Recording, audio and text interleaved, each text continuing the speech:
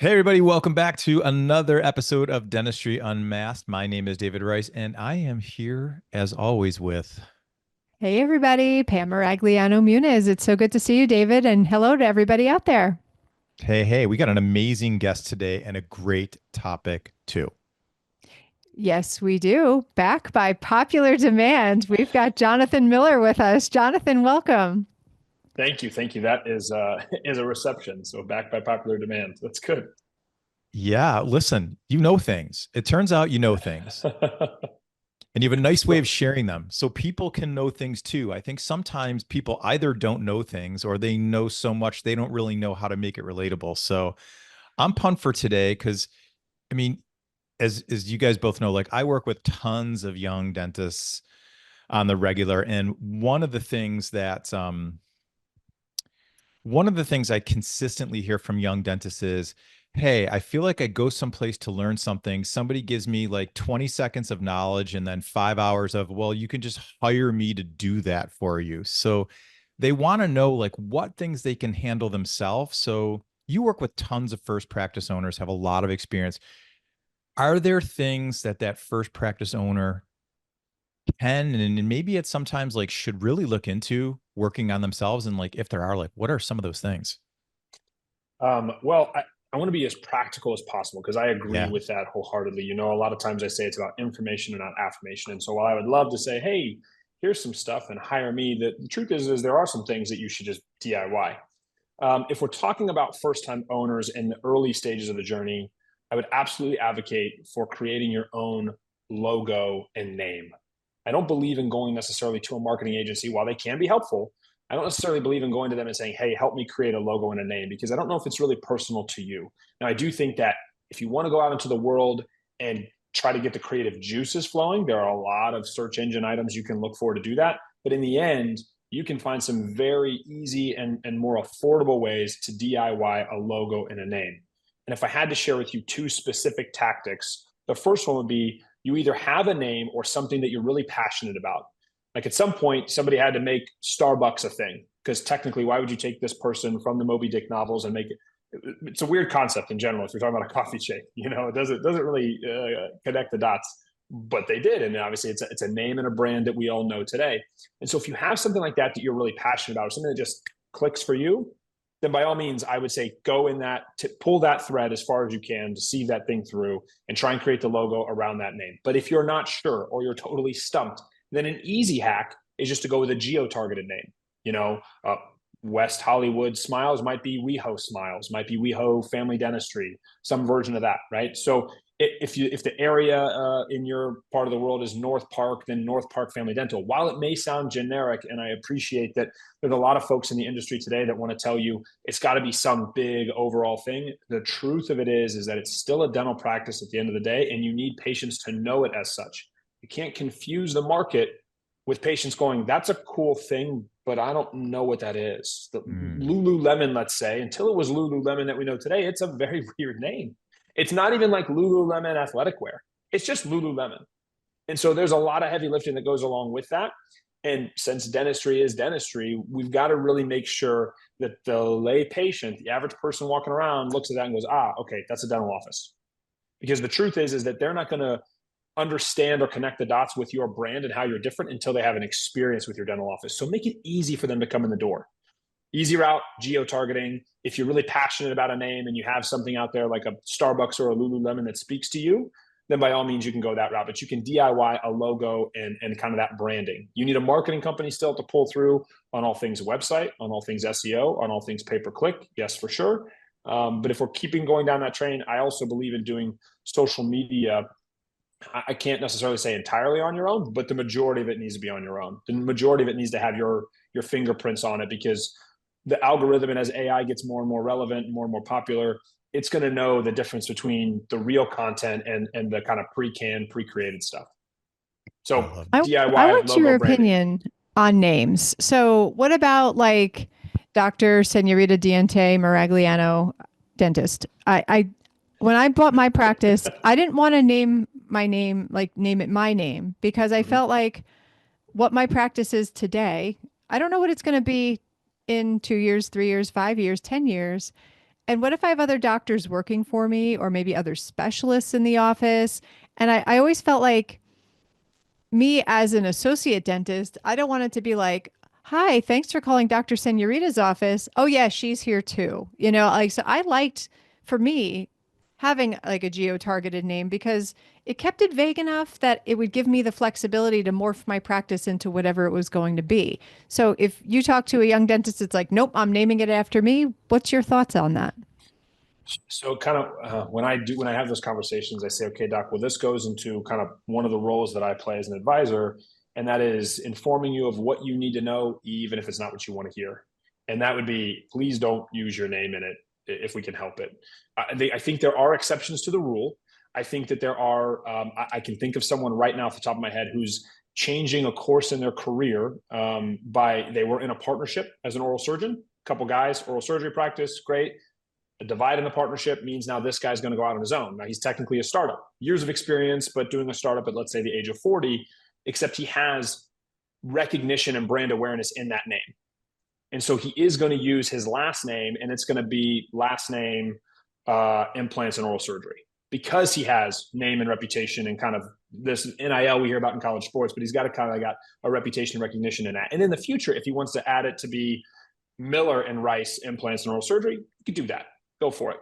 And he also could pivot and make the name something else, his choice. I would tell you, though, doc, that I look at it and say there needs to be a brand awareness around it, because I believe that we're in a world where in the near future, as I do today, if I'm helping a first-time buyer, I'm using that against the selling doctor when I say, well, it is Dr. Rice DDS on the door and on the website and on everything. I'm Dr. Miller buying it. That doesn't serve me at all. And when we're changing goodwill, which is such a weird kind of volatile intangible, that's not going to go over well when I have to change the name from drricedds.com to now me, whether it is Dr. Miller or otherwise. I'm not going to be able to use your name for forever.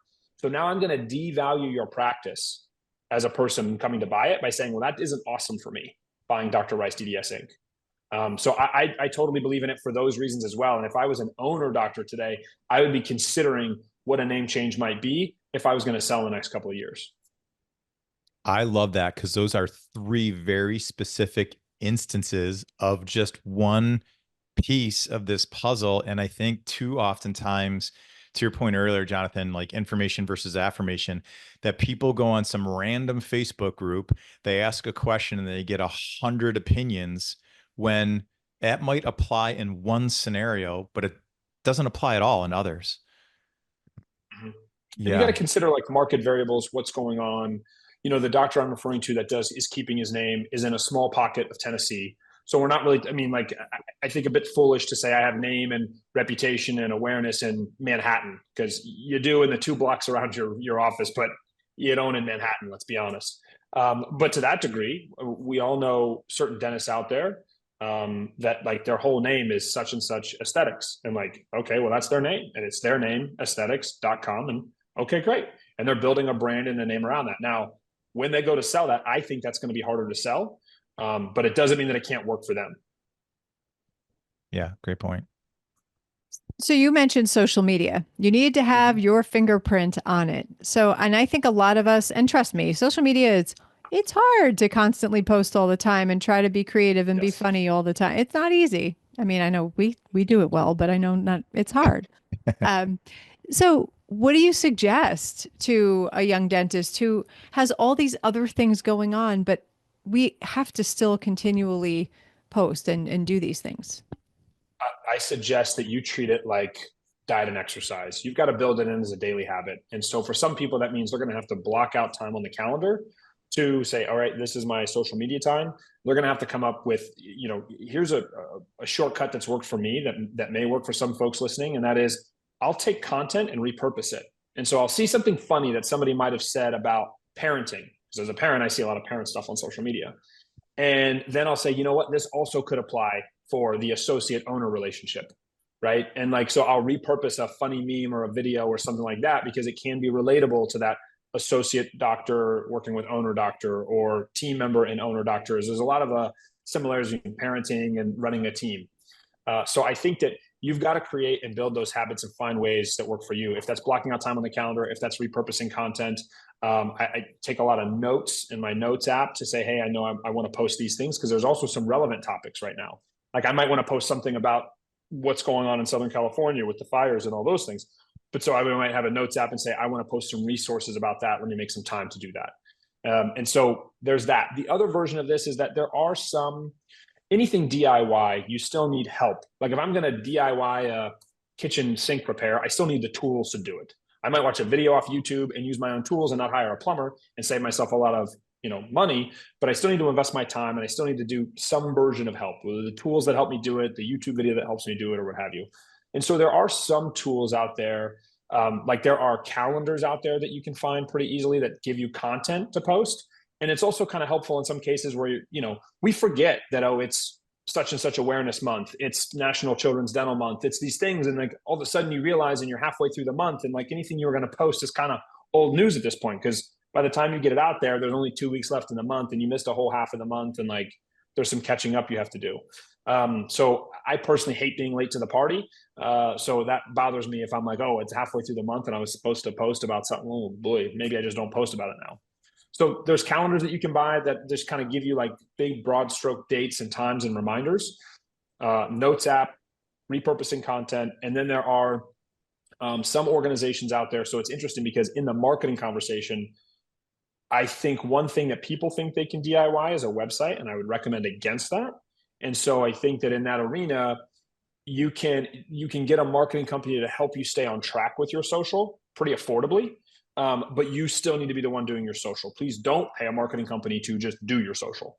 It still needs to be your content, your photos, your say. It's got to be authentic, because that's the one thing that people are looking for on social media is authenticity, is being genuine. Because if they see, let's pretend that you saw me like this, okay? But then when you met me in person, I was all disheveled, I was wearing a sweatsuit, and I didn't sound the same. Let's say my voice sounded different. You would go, well, that's weird. Are you the same guy that I heard on the podcast? Mm-hmm. And that all of a sudden, I'm probably losing credibility, even though I might be the same.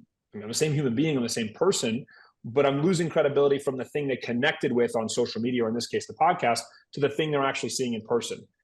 And so that experience part really, really matters. And if they connect with you on social, it better be the same thing that they see in the office. I have others. I have other DIY things. Yes, sure. Yes. So another one that I think is big is if we go a step back, you're early in the process. One thing that grinds my gears is going to an outside design agency, meaning like there are these big design firms out there that are charging large dollar amounts to create from a blank canvas. And I'm not saying that you don't need somebody, of course, to help you put a floor plan together and to design your practice. Absolutely. And you certainly need an architect's help to stamp plans to get through construction process. But by the time you pay somebody, and the ticket prices that I see, $30,000 and $40,000 and $50,000, you could have reinvested that money into something else, like the actual stuff that you wanted, the countertops and the cabinets and the things, because you're going to get a design on paper that looks really, really cool. But then when you take it to the contractor, it's another 30 or 40% more to build it. And ultimately, every doctor I've seen with that problem, they call me and go, hey, now I need your help. I've kind of stepped in it. I hired this design firm. I need this, and now I don't know what to do. And the truth is, well, that $40K with the design firm is sunk cost. And it's sunk cost because when you went to the contractor and said, hey, let's build this, and they said, I can, but the original bid I gave you, add, X amount on top. They go, I can't afford that. And they go, well, then we can't build that. So now what do we do? Well, we got to change the design, and you're going to go with something more affordable. But the phrase that we hear is, you have champagne taste in a beer budget. And maybe that's a Midwestern phrase. If everyone's ever heard that before, maybe that's an Ohioism. But the point being is that you can run into those scenarios where, oh, if I would have not spent that 40 over here with the designer, maybe I could have put that towards some of the finishes and some of the fixtures and some of those things. So while I say it's a DIY, do you still need tools to help you? Yes, you need an architect to stamp plans to get to the city. You have help through the equipment companies of the world. Believe it or not, they have a lot of great resources to help you out. But please don't go out unless you're really passionate about some version of design. Appreciate that what you're getting into is a $40,000 plus bill up front that may be something you actually can't afford to build on the back end. That is so important because, the shiny penny is so very alluring, especially in this world. If we full circle that to social media, like it looks so Hmm. great and that's so unique and it's so different and so set apart. But if you really pay attention to those posts, it's the same three practices shown from 400 different angles over 3 years. So it's not as popular as they're trying to get you to believe it is, for a reason. Yeah, I tell you, I tried to do that when I bought my practice. So the practice I bought, it was fun. It was from 1982, but then she did a build out in 2009. And she also bought a second condo. And so I used to joke with my friends that the theme for my practice was time travel because you'd step in the office and it was 1982, and then you'd walk through where the bathrooms are, and then you'd be in 2009. Like, weird. And so there was no continuity from the front to the back of the office. And I needed to change that. And so I started with a designer who would not listen to me. I was like, everything in here is peach. And there's like this burlap thing on the wall that if you like rubbed up against it, you get a rug burn. And there's all these things. And I was like, I got to de-peach this place. And so she was hell bent on orange. And I'm like, I don't want peach. I don't want orange. I don't want anything in that family. Like, I don't want that. Wasn't really sure what I wanted to do. But I think also there's something about if you're going to buy an existing practice, living in it for a minute and figuring out what needs to change. I also went and consulted with another designer who I didn't, I just bought this practice. It's expensive. I didn't have a lot of money because I bought the real estate. I didn't have a lot of I had like no working capital. It was sort of like, all right, I want to do these upgrades. I want to make it my own. I want to do these things, but I also don't want to disrupt business. And so these are some things that I'd like to do little by little. Again, did not listen to me, wanted to move walls and do all this crazy stuff. And I ended up working with none of them.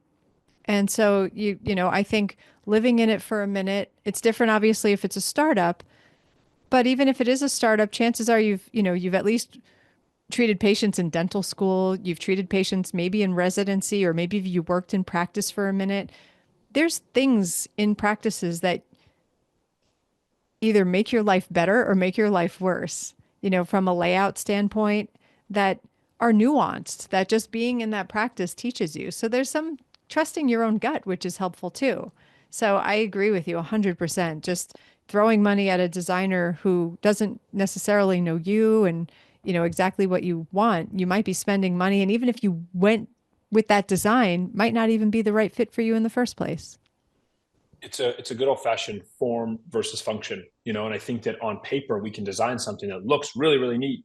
And then you get in there and you're like, oh, there's all these curved walls and there's all this stuff. And this doesn't really function like it's supposed to, or it's not all that efficient. And those efficiencies really grind you down at dental office, especially when you hit on all cylinders. So I totally, I feel for you. I think in the end, you're probably better off not hiring those designers. But I think that's usually my catch 22 with the design teams as well. There are some great designers out there, and I hate to throw, they're not all $40,000 and plus. I think that that's more of a, hey, I heard this on a podcast. This guy's going to say it's 40 to just talk to them. Maybe I should wait and talk to some other folks. You can find some great people that are really focused on, well, what are you looking for? How do you want this to lay out? And then the price points also start to become more affordable when you don't go to them and say, here, create a blank canvas, because that's going to be more expensive. If you're like, hey, I need my reception to pop, and when you walk in, here's what I'm thinking, they might say, okay, I can help you with that. I can source materials. I can source furniture for you. I can do all these things. And that service might be 10K. And you say, okay, great, good. Because I don't know where to start. And I'm also, playing spouse, playing mom or dad, associate doctor. And I really want my practice to take off from day one. Or I bought a practice and it's stuck in the 80s and I need it to look great right when I walk in because I can't stand the way this furniture looks or the way this front office looks. Then, okay, great. But now you can get the help you need right away at a more affordable price point. I like that. Can I add a little more DIY flavor to what you shared, Pam? Sure. Sure. So one of the simplest things that we did when we moved from the space that we leased to the one we built. So if you're purchasing and thinking about it, or you're just building from scratch, is we visited other dental practices that did a similar style dentistry to what we were doing. So if this is your first practice, I bet you at least have an idea of what you would like to do. And you could draw a radius, or maybe you're going to visit friends and family in another area. Like, people are the coolest part of dentistry is we like helping each other. They're going to welcome you in and then just ask like, what are you really glad you did? Boy, what do you wish you had done differently? And you're going to hear some things that will save you tons of time, money, and heart muscle along the process. That is so true. And another thing, I'm just throwing it out there, there's certain furniture companies and companies that will allow you to start a business account and you get business pricing as a part of that. So, like Wayfair is one of them that Yeah. Yeah. you can start a business account with Wayfair, even like not better, but like still kind of awesome. Tiffany's, you can start a business account with Tiffany's and you can get like 15% off your purchases at Tiffany's. I had You're no supposed idea. to prove That that it's scares me a little. I know, Yeah. I freaking love it. And but no, so you can start a business account and you can, I mean, obviously if you're like, I'm buying an engagement ring, they're like, that's not a business purchase. They wouldn't let it Yeah. fly. But if you were, buying a gift for another doctor or, Mhm. your team or something like that, there's savings there. So it's always worth inquiring about business accounts. I like Totally. that. That's What great. else, That's good. Jonathan? Are there other things out there that Yeah, I it's would say one other big one would be, hiring your own team and hiring the team and then the payroll component. So those things go hand in hand because a lot of times there are organizations out there that are going to sell you payroll services and those kinds of things. What I mean by DIY is that there are services out there that are much more affordable and much easier to do on your own in a payroll arena that, a lot of times when you go out, I think the hard part for doctors to understand is that when you walk out into the world and say, hey, I'm going to start a practice or I'm going to buy a practice or I'm a first time, anything with DDS or DMD at the end of it, there are whole organizations that make their money off of soliciting you products. And so, for some reason, I kind of feel like I have to, stand in front of some of those between the doctor and the organizations to say, yeah, there's a whole bunch of this stuff we don't even need. So we can just push this off to the side. And so what I mean by hiring your team is, yeah, I think the thought about hiring my team on my own makes sense. But I know that there's a lot of organizations like, we help you hire and we're placement services or we're whatever these things are. And you're going to find that the faster you are at understanding exactly what you want and the people that can help you get there and help deliver for you, you're best to do that on your own. Are you going to need a tool like an Indeed.com or using a social media component? Yes, you will. You'll need a tool to help you get there, of course, but you don't need to go hire an organization to go job placement hunting for you or recruiting for you. And that goes the same for like, you can go to let's insert generic jobrecruiter.com in here. If you go to some of these organizations, you'll place a job ad and then they'll say, well, for an extra $200 a week, we can just source all these things for you. And it's like, please don't do that.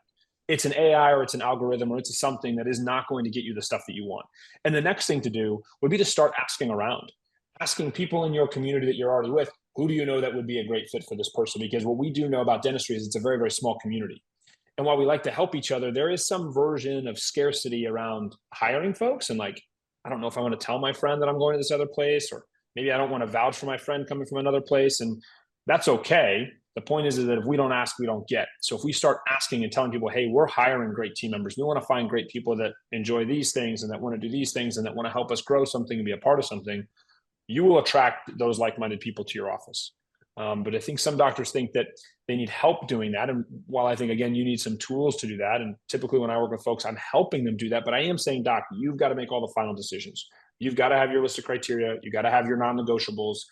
You've got to have your, like, it's either a heck yes or maybe no thank you. Thanks, but no thanks. And so I think in the hiring the team and in that and going along with that, I don't want people to be just paying extra stuff unnecessarily, right? So you can set up all these services and all these things on your own. You don't necessarily have to have it come from organizations that are going to sell you every little single thing out there that goes with HR and all that. There are components, there are things out there that will make sense as you grow that you guys have probably experienced. But when we're talking about first-time owners, there's a lot of stuff out there that you're just way too early on to invest in that really don't mean too much. So hire your own team. I do have one caveat to this, though, something that you should Yeah. not do. You Okay. should not, on a project side of things, you should not pick your own team on your own, if you will. That may sound weird, but what I mean by this is if you were to go out today and say, I'm going to start a practice, you don't really know where to start with like equipment company, contractor, whomever.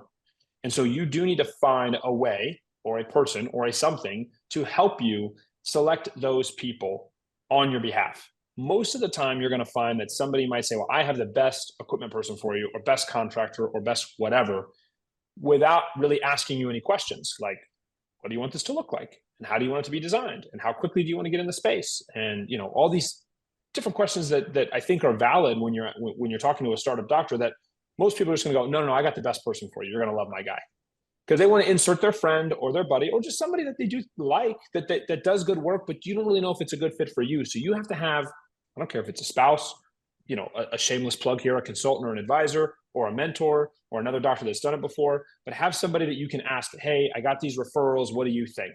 Contractor A can do this. Contractor B can do this. Contractor C can do this. Help me with this. And by the way, you should have options in that. Anybody that says, oh, I got the best guy for you, the one contractor, ugh, probably not the best person. I mean, rarely does that pencil out to be the case. Rarely do you meet the first person you've ever gone on a date with and like, voila, love of my life, right here. This is it. It just doesn't happen like that. It didn't happen for me. I don't think it happened for either one of you. So my version of this is that it doesn't really happen in the business world either.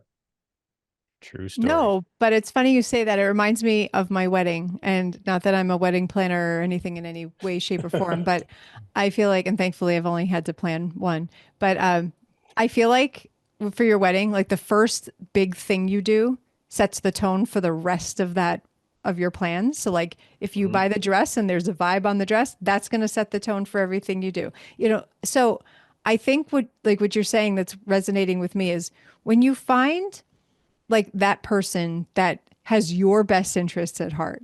So for me, in my practice from a business perspective, it's my financial advisor. And he is like the one that will go to bat and be like, you don't need that. You don't need this. You're spending too much on this. Because I did that. I was like, I need all this insurance. I need this. I need, you know, all of this stuff. And now I've got somebody to like hone it in. So I feel like when you find that one person who has your best interests at heart, it could be your accountant, it could be your attorney, it could be like that sort of sets the tone for helping you put the rest of your team together. So I feel like you need to find that, you know, at least one to like help you do that, as opposed to just buckshot, you know, kind of hoping for the best and just, you know, hiring whoever will call you back. Totally. That's really a key point. When you find that one too, is to trust that one and the people they're bringing to the table, to both of your points, because Jonathan, you've done this enough times to know that you line up 10 superstars who don't share the same vision, and there's a lot of fighting. And the only person that costs is that first practice owner, one with money, but two with delay of opening. And that delay of opening is maybe the most costly thing of all. Absolutely right. I think that's the one thing that, you know, there's occasions where folks talk about, you know, we want to do what's right by the doctor, we want to take care of them and all that. But like, as we go through this process, it's like, well, yeah, but if we don't start doing things right, they're the ones that are going to feel the most financial hardship, bottom line. And so that's, you know, I think that's a good point you bring up, because as we're talking about things you should and shouldn't do, there's organizations and industries that we've talked about. And this, again, it doesn't mean any one of them are bad. It's just more of like, okay, well, if you really had the doctor's best interest at heart, we should be asking them more questions than telling them this is the right thing for you. This is the one thing for you. This is the, you know, I think at some point you do need those folks. Yeah, you're spending too much money. I have that conversation with clients often. Hey, do we really need to invest in that right now? Because I'm telling you, now there's not a patient on the planet that is going to go, oh my God, these are drywalled ceilings. How awesome. They're not going to pay attention. They don't know. And we had talked about haircuts earlier on in this conversation before we started recording. And it was like, there's a point in time where, like, you know, I spend some amount of money on my haircut and I walk in and I go, man, I hope everybody notices. I hope everybody, and no one says a word. And I'm like, oh, okay, well, then I guess there's that. Or as men go, David, the dreaded version of your spouse saying, hey, do you notice anything different? And you start rattling through your brain. Is it nails? Is it hair? Is it skin? Is it, I'm going to start saying everything. My first response is, you look beautiful. I do know that. More beautiful today than yesterday, honey. And every day you get prettier and prettier. But oftentimes it means that I've missed that we've gotten a new haircut or spent some sort of money on something. And so I find the same thing in practice. We get obsessed about some of the details that, quite frankly, have no bearing whatsoever. And you put together something that you got wrapped up in. And then in the end, the team members don't notice it. The patients don't notice it. And you're the only one that's like, oh, I wish somebody would say something about the $10,000 front desk I put in, but nobody says anything. No, they don't. And I also think you don't want to paint yourself into a corner either. So you mentioned the drywall ceilings. Hey, you know what? A drop ceiling is pretty fantastic when you want to wire something new and you don't, Absolutely. so I think, things that you might want for your house might not be the choice you make for your practice because you don't know what technology is coming down the road. You don't know, what your practice is going to, what you're going to mold it into in 10 years. Like you're just trying to tread water right now. So when you're designing things or making decisions, do it with a little bit of flexibility in mind so that that, if you were to change course, you're not recreating the wheel. There's something really valuable to be said about that. Form versus function all day. And so if I know that when you guys asked me to come back on, I was, hey, let's talk about the DIY things and maybe some things you shouldn't do on your own. And David, you had said at one thing you shouldn't do on your own, but as an overachiever, there are a few others. I love it. So quick hits. Yeah. Please don't create your corporation on your own. I know that with LegalZoom and with certain things, or I'm going to chat GPT it, you have no idea about the state laws that are coming up and the things like so certain states, you can't make it whatever ink you want. You have to use your name in the ink. And so if you created one, it might be accepted by the state, but then the dental board says, no, this is not accepted. And you're going, well, wait a minute, I'm supposed to sign a lease in this corporation next week. And the dental board says, well, this corporation basically isn't valid as far as we're concerned as it relates to your dental license, because in our state, you're supposed to use your name as the corp because you're a professional. So dentists, attorneys, MDs, et cetera, when you're listed as that professional, there are certain requirements that you have to do in different states. Now, yes, some states will let you name it such and such dental studio, Inc., and they don't care. But there's a lot of states out there that have some rules and regs besides the Fed. Then there's, well, I'm going to file an LLC or an S Corp or a different thing. Automatically, when you go and ask a group of people that, I promise you, when you go to these message boards, they have no idea what the thing is. As an example, in California, they don't recognize LLCs unless you hold real estate in the LLC. And 99.9% of all startups or even first-time buyers aren't buying their real estate with the deal. So you're going to make an LLC. Again, LegalZoom might say, yeah, sounds good. We'll take your money. And then you realize, oh, that's not even a valid corporation formation in the state. So automatically you've just messed something up. And you don't want to play around with those things. You don't want to play around with the IRS or with the legal components. Those are like my two. I don't want to mess around and try and get so savvy that I'm going to get one over on Uncle Sam, because I promise you're not. And I'm not going to try and get so savvy that I'm going to outmaneuver the legal system, because 9 times out of 10, you're not. So I would say that please don't create your corporation on your own. It should come pretty affordably through any attorney that's already helping you negotiate the lease or any of those things. And I would also say then, in that negotiating the lease, please also don't just use an attorney to negotiate your lease. Please have a commercial real estate advisor as well that's looking at economic factors, what the going rate is per square foot, what the going rate is for a tenant improvement allowance. I mean, those folks are negotiating deals all day long in the healthcare space. And most of the time you can find dental specific folks. Your attorney, and they'll admit this to you if you ask them, they're going to go, I don't know what the going price per square foot is supposed to be. I can tell you the last couple of leases I've looked at, but like in your said zip code, I don't really know what it's supposed to be. Commercial real estate person does. So please don't attempt to just find the shortcut and say, well, my attorney's going to negotiate the lease for me. They're going to focus on the legal components and the legal components only. I know some folks might want to overstep. I know I've even been asked, well, hey, don't you negotiate that for me? It's like, I'm not playing attorney, and I'm certainly not playing the role of commercial real estate negotiator. I know enough to say, hey, we need the help. And I know, when we're getting the right help versus maybe somebody that's trying to lead us astray. But outside of that, I know that we need to put those professionals in the right places. I love the overachievement. All right. Thank you. Do you, that's awesome. Any last pieces of advice on things like you just need to go get the right people? I think that you've got to know like what your non-negotiables are, the things that you really want to happen, but you also have to be prepared that there are some things you think are supposed to happen that might just not. Like, there is no such thing as the perfect time. There is no such thing as this, that there's no mistakes made or no hurdles to overcome or no challenges that you didn't foresee, because there always will be. I would say that the best time to start is now. So many people, especially, I think you guys, I don't know if it comes from how you're trained in dental school or just the mindset that you have to be a dentist in the first place, but there is a lot of analysis paralysis that I'm sure we've talked about before. And so then everybody wants to try and devise the perfect business plan before they get started. And I just don't think that there is such a thing, because the minute you devise the perfect business plan, there's a something that popped up. There's a change in law, there's a change in government, there's a COVID, there's a who knows what, and then, now my perfect business plan is astray. So get started is the last P. Just take that step. I love it. So you mentioned, somebody like me, you threw out a couple like nuggets of like shameless plug, but can you share a little bit about what it is you do for dentists and also where can people follow you, learn from you, reach out to you if they have questions? Yes, sure, happy to. So, what I do for doctors is I left a career in banking, full disclosure, and found that I had the most fun guiding doctors on the path to becoming a practice owner. And I found that there are really two ways to do that. There's buying a practice or starting a practice.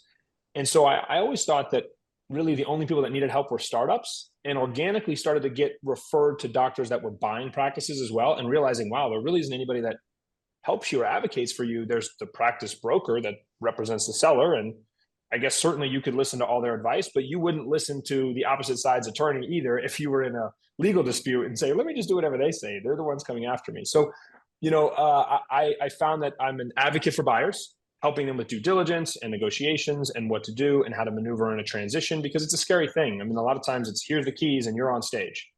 And sometimes that selling doctor says, hey, I'm out. I'll see you. Best of luck. And sometimes I find you kind of have two sellers, one that says, hey, I'm out, best of luck, or one that says, I'm here to have my cake and eat it too, which means I'm going to cherry pick cases, I'm going to work the hours I want, and I'm going to call it helping you through the transition. It's a lot of air quotes, but that's the nice way of saying it. And so I'm the guy that kind of says, let me make sure you have the strategy in place. So once you do get the keys, let's make sure we're actually having a plan that we're working towards, and there's a strategy and a structure and a process that we're following. And I apply the same to a startup. It's funny because I heard this quote literally today. The jungle isn't scary if you know the path to take through it. And so I'm afraid of the jungle because I don't know the path to get through the rainforest. And it sounds like a crazy place whenever my boys are watching all these things on animals and all this stuff with the snakes and the stuff. But in that degree, the jungle of practice ownership is not scary for me because I know the path to take through it. And so I basically put a process together in the startup arena that's, hey, it becomes less scary and it becomes much more in your control and by your design when we know when to push these dominoes down and the time it takes to push one down. And then are we on the right path? Are we, do we see the right mile markers, if you will? And so I provide them a process and a path that really puts them in the driver's seat so that they're not just listening to everybody else's ideas and then getting the doors open and going, oh, I guess this is what I wanted, but I don't really know. And then now I'm struggling to make it work because it's not really what I wanted in the first place. And crap, I'm 6 months in and I'm barely taking home any income. So we're putting together a plan that not only starts from the day they design the office and build it, but also then, hey, there's all these foundational concepts that happen once they actually are running a business. What to look at from a key, business metric standpoint to systems with the team and all those things, really just saying, hey, here's the foundational stuff so that you can take this thing off the runway. So where to find me? Social media, at Start Your Practice on Instagram, on Facebook. Website is denovodds.com. Denovo, obviously, I learned in the dental game. I remember the first time I heard it was, I think, 2008. I started in dentistry in 2007. And some attorney was like, yeah, we're doing a de novo. And I was like, what? We're doing a what? Oh, startup. Okay, cool. So I decided to name it that because it's really startup, fresh, new beginnings. I thought that applied whether you're buying a practice or starting a practice. I know somebody's not in dentistry when they look at my website on a piece of paper and they go, oh, Denovods. Okay, great. And I'm like, yeah, it's de novo DDS, but okay, fair enough. Oh my gosh. Well, thank you so much for this. I mean, honestly, guys, you don't have to address practice ownership by trial by fire or hoping for the best or getting thrown right in and see if you sink or swim. That is kind of, those are old concepts that you really don't need anymore. There's people that can help you and take advantage of it because the fewer mistakes you make up front and the better systems you get in place up front, the better off you'll be down the road. I see it so much on social media. People, oh, I started my practice. I got a network with all these things. And now what do I want to do? Now I want to backtrack, and everybody's trying to undo some of the poor judgments that they made. I mean, they were well-intentioned, but long-term, maybe not the right approach for your goals and vision for your practice. So do it right from the start, right? David, what do you think? Yeah, what it reminds me of, never enough time to do it right, but plenty of time to do it again. And doing it again costs, to your point, a ton of money and heart muscle and stress and all the stuff that you guys don't need. So, Jonathan, thanks for being here. All of you who are listening or watching us this week, thanks for being here. We appreciate you. And until next time, stay tuned for more fun. See you guys. Thank you, everyone, for watching or listening to the show this week. And thanks to our guests and sponsors on this episode. Please check out our social media at Dr. Pamela_Maragliano and at Dental Economics Official. Or you can check me out at Ignite DDS or at Dr. David Rice. And go to dentaleconomics.com to receive dental economics. You can choose to receive DE in print or digitally, and you can also get the details of our Principles of Practice Management conference on our website. If you have topics or guests or anything you'd like to talk about on the show, send us an email to dentistryunmaskedpodcast@gmail.com, and we will do our very best to make it happen. Thanks again, and we'll see you next week.